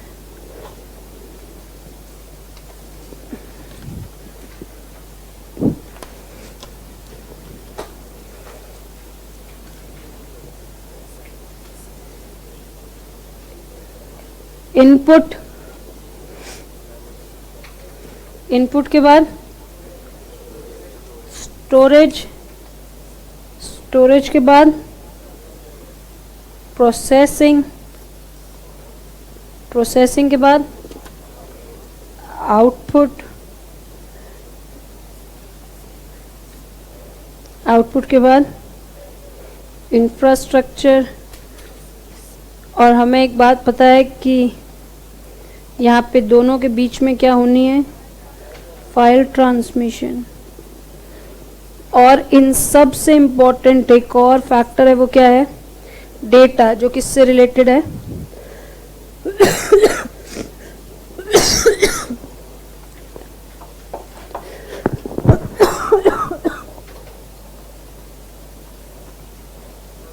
हाँ जी, अभी कर देती हूँ, पर 1 सेकेंड रुकेंगे प्लीज।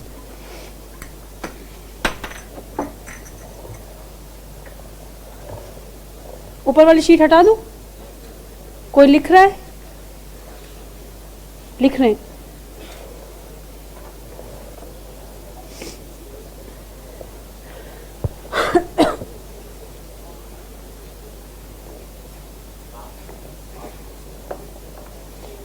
अरे ये तो मैंने आपको याद करने के लिए बताया था कि ऐसा दिखता है। मान लो अगर हमको कल को स्टोरेज के बारे में दोनों बातें दिखे तो हमें माइंड में आनी चाहिए कि अच्छा, स्टोरेज एक प्राइमरी स्टोरेज भी है और एक वो स्टोरेज है जो आफ्टर आउटपुट हमें देखना है।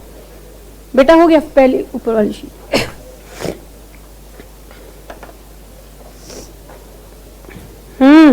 बस जो लिख चुके हैं वो सबसे पहला लिखेंगे input.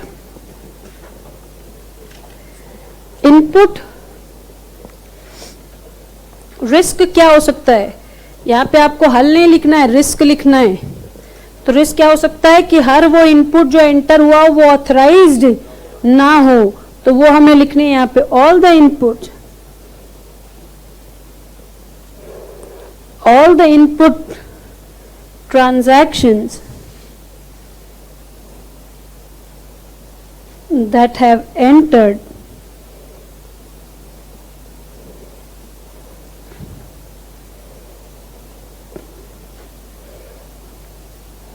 may not be authorized। दूसरा इनपुट के बाद क्या होता है? फाइल ट्रांसमिशन तो होता है पहले, कहाँ पे? स्टोरेज में। पहले फाइल ट्रांसमिशन होता है उसमें। The files transmitted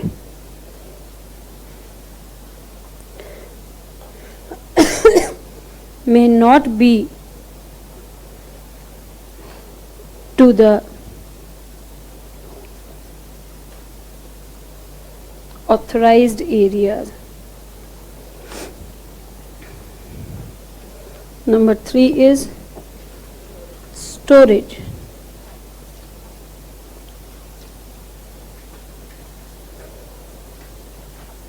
Storage with the system might not be sufficient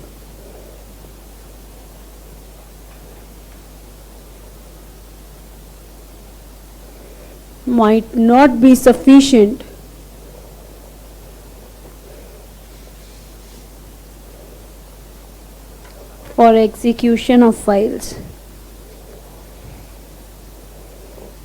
Number 4 is processing।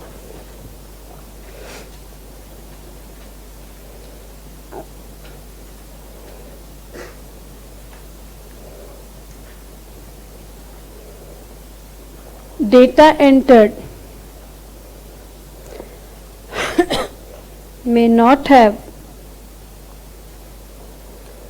processed accurately or with bugs or viruses। Processing के बाद output. Virus, the output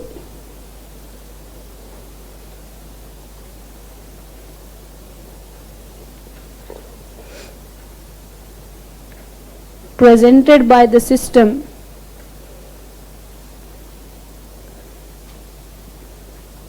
may not be as desired by the user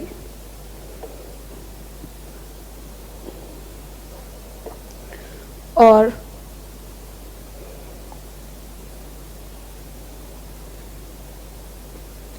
provided to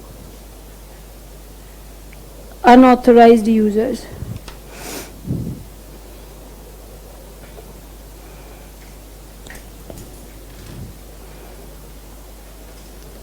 infrastructure.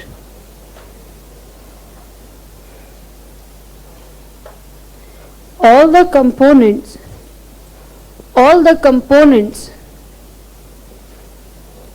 in the system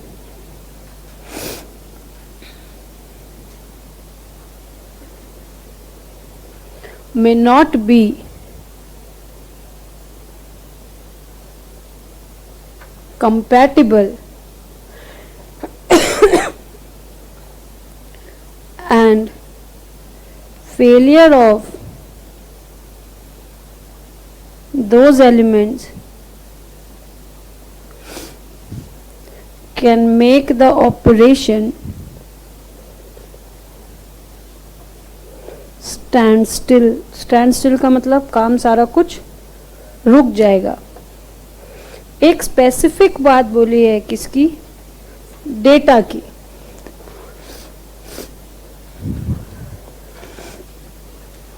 चलो उसके लिए एक कहानी सुनानी पड़ेगी मुझे, आप पहले लिख दो.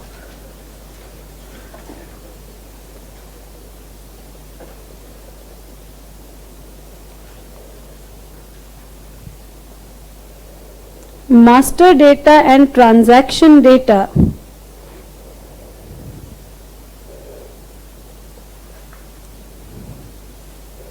may not be specifically changed and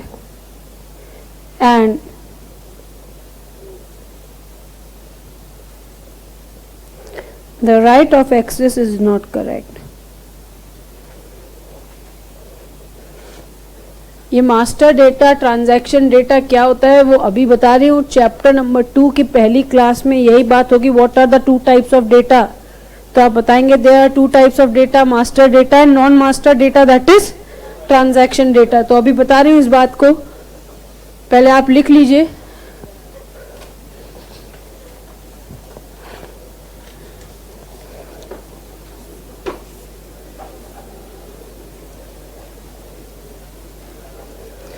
कोई लिख रहा है? प्लीज थोड़ा सा जल्दी लिखिए.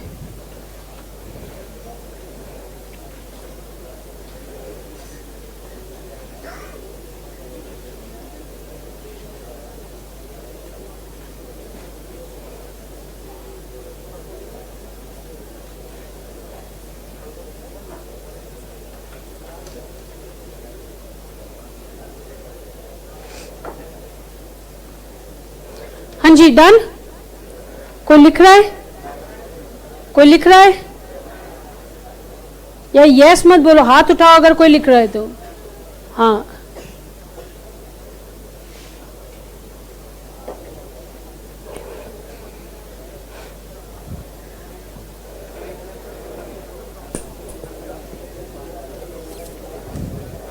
मुंह बंद. अभी जो बात हम लोग करने जा रहे हैं आगे के 5 मिनट में, वो बात चैप्टर नंबर 2 की पहली क्लास में आएगी. और तब मैं आपको बोलूंगी कि ये बात हमने डिटेल में कर ली है. उस वक्त आप से पूछा जाएगा what are the two types of data, मैं यही जवाब दूंगी, master data and transaction data, that's it. शुरू करें? किसी का बचा है? चलिए यहां देखेंगे ध्यान से. ये मिस्टर ए के कंप्यूटर में एक फोल्डर है मिस्टर ए. ठीक है, आप सबके लैपटॉप में भी आपके नाम का एक फोल्डर है. जब उस फोल्डर को डबल क्लिक किया तो उसके अंदर से ऐसे 75 फोल्डर और निकले. लिंक कर पा रहे हैं? कोई बहुत भारी बात तो नहीं बता रहे हम, सिंपल सी बात है. एक फोल्डर निकला मूवी का, एक पर्सनल स्टफ का, एक डू नॉट टच का, और ऐसे पता नहीं कई सारे अलग अलग फोल्डर्स आपने बनाए. जब मूवीज को डबल क्लिक किया तो उसमें 75 टाइप की अलग अलग हिंदी, इंग्लिश, रोमांटिक और लड़ाई वड़ाई सब टाइप की अलग अलग मूवीज. बेटा सुन लो ना प्लीज, देखो कितना आसान है याद करना. कितनी सारी वहां पे भी मूवीज निकली. अब ध्यान से सुनना है बात को. क्या अगर आप मूवीज वाले फोल्डर में किसी भी प्रकार का चेंज करते हैं तो क्या ए वाले फोल्डर में बदलाव होगा? सोचो, एक ब्रीफकेस है फोल्डर ए, ठीक बात है। उस ब्रीफकेस के अंदर एक छोटा सामान रखा है मूवीज। अब सोचो, अगर उस मूवीज वाले सामान में चेंज आएगा तो उस ब्रीफकेस, आप ही मत देखो अंदर से बाहर से क्या ब्रीफकेस में चेंज आएगा, क्या इस फोल्डर के स्टोरेज में चेंज आएगा? इसकी जितनी कैपेसिटी है उसमें चेंज आएगा। इसका मतलब, ध्यान से सुनना, क्या इसके वजह से वो चेंज हुआ? क्या जो फाइल्स आपके फोल्डर के सब फोल्डर के अंदर थी, उस फाइल ने आपके मेन फोल्डर ए में चेंजेस किए? बोलो ठीक बात है। ये फोल्डर ए है मास्टर डेटा, और ये इसके अंदर के जो डेटा हैं वो कहलाते हैं transaction data. For example ledger का कैश अकाउंट क्या है? Master data. और जितनी बार इसमें चेंज आता है उतनी बार कैश अकाउंट का बैलेंस चेंज होता है या नहीं?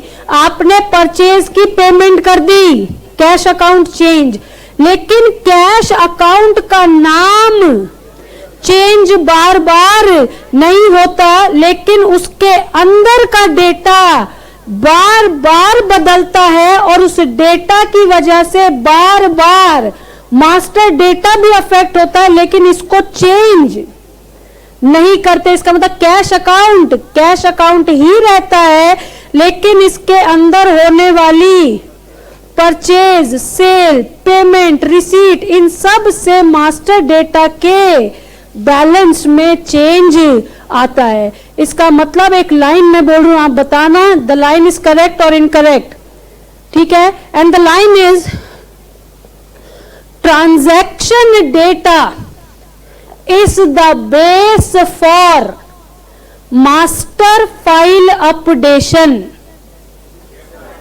बोलो, ट्रू है कि फॉल्स है? ट्रू है, क्योंकि मैम अगर ट्रांजैक्शन डेटा ही तो चेंज हो रहा है, मास्टर डेटा तो चेंज हो ही नहीं रहा है। तो इसका मतलब अगर कोई आपसे कल को अंतर पूछेगा कि what is the difference between master data and transaction data, तो आप कंपनी लॉ वाले लोग हो, चलो उसका भी एक एग्जांपल देती हूं।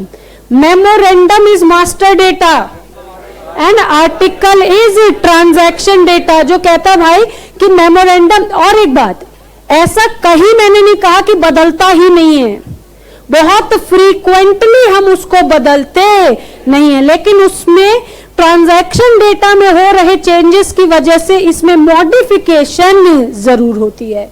तो अब यहाँ पे जो हमने रिस्क लिखा है उसको पढ़ो तो आपको पता चलेगा कि भाई कई बार हम क्या करते हैं, स्पेसिफिकली चेंज नहीं होता और एक्सेस राइट गलत दे देते हैं। एक्सेस राइट का मतलब अब आपने अगर टैली की जिसको थोड़ी बहुत नॉलेज हो तो आपको पता होगा कि एक डेटा एंट्री अलग चीज है और लेजर्स की मेंटेनेंस अलग चीज होती है। इसका मतलब भाई अकाउंटेंट चुपचाप खाली एंट्री करो और घर जाओ, मेन लेजर के ऊपर छेड़खानी करने की अधिकार तुम्हारा नहीं है। लेकिन हम तो ठहरे थोड़े भोले, हमने कहा कि जो एंट्री कर रहा है वही लेजर भी एडजस्ट कर लेगा, तो नहीं, तुम खाली क्या करो, एंट्री करो, लेजर का एडजस्टमेंट हम लोग देख लेंगे। तो कितनी बातें हो गई, input, storage, process, output, infrastructure, file transmission and data. यहां पे एक नोट लिखो, note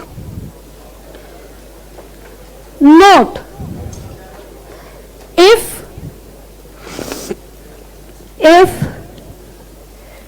processing cycle is asked in the exam,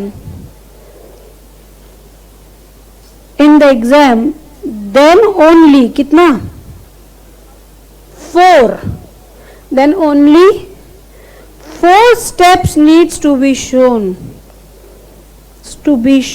that is कौन कौन से दोस्त, input, storage very good, process very very good, and output. ठीक है, स्टोरेज यहां पर, लेकिन जो स्टोरेज होगा उसका मतलब रैम है। ठीक है, मतलब जो प्राइमरी मेमोरी जहां पे जाके हमारा डेटा फर्स्ट टाइम एक्सेस के लिए स्टोर हो रहा है। ठीक है, ये बीपीए यहां पे खत्म होता है। मैम चैप्टर खत्म नहीं, हाँ जी, डेटा वाला एक बार क्या करूं बेटा, फिर से मतलब क्या चीज,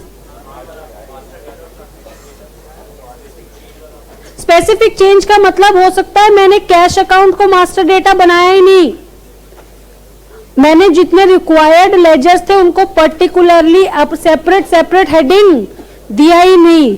और अगर ये एक सेपरेट चीज होगा, दूसरा मैंने हर किसी को अपना लेजर चेंज करने का राइट दे दिया। हाँ जी, बस स्टॉप इमीडिएटली। EIS के पहले पन्ने पर आइए और ये सबको बोलना है, जिसका भी मोबाइल निकला है 10 मिनट के लिए और अंदर रख लो बस उसको। EIS के पहले पन्ने पर आइए, बहुत बार बोलना पड़ेगा बेटा तभी याद होगा। ठीक है, बिजनेस प्रोसेस की डेफिनेशन बोलो।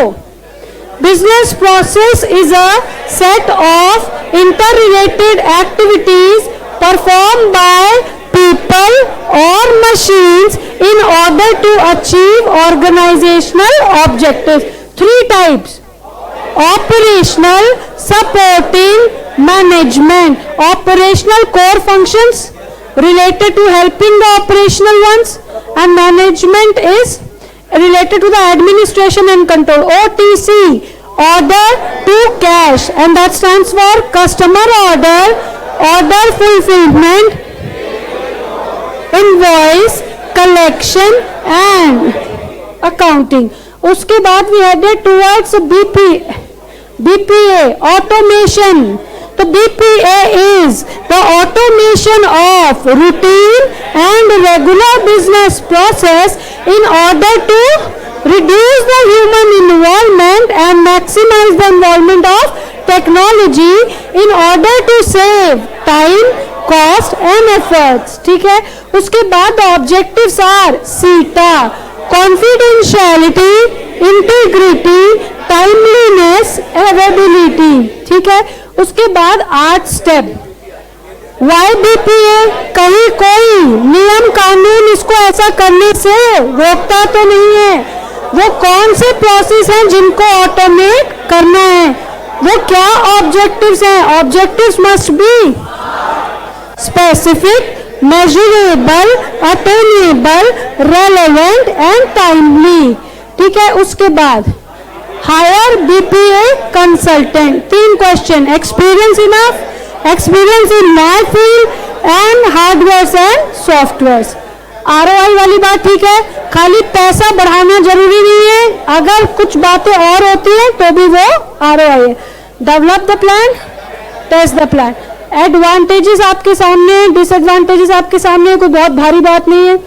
उसके बाद what are the 5 types of risk, SFRRO, strategic, financial, reputational, regulatory, operational. Strategic, financial, reputational, regulatory, operational. ठीक है, और 6 या 7 एरियाज जहां पे अफेक्ट हो सकता है, input, storage, process, output, infrastructure, file transmission, data. ठीक है, चलिए तो खत्म।